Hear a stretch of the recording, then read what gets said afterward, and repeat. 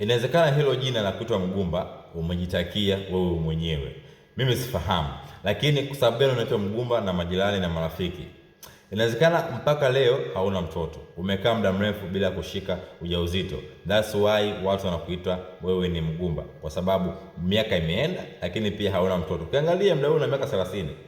Wewe unategemea kwamba mwakani utazaa, lakini kumbe changamoto ambazo wewe umekaa nazo haujazifahamu.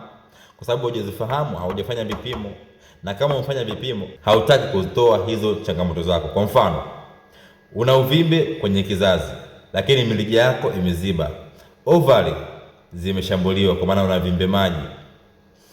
Ukiangalia pia homoni zako haziko balance kabisa, vichocheo vya mwili vimekuwa haviko sawa.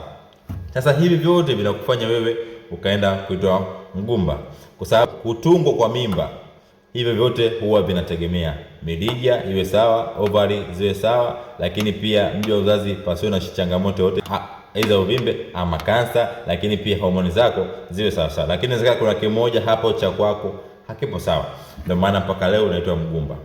Sasa miaka inaenda, hujafanya vipimo, inawezekana umefanya vipimo lakini bado haujachukua maamuzi mpaka leo.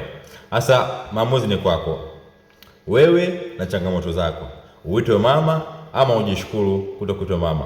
Uvimbe, mirija, ovary na hormone imbalance vyote vinakaa sawa, unaweza kuitwa mama mapema sana.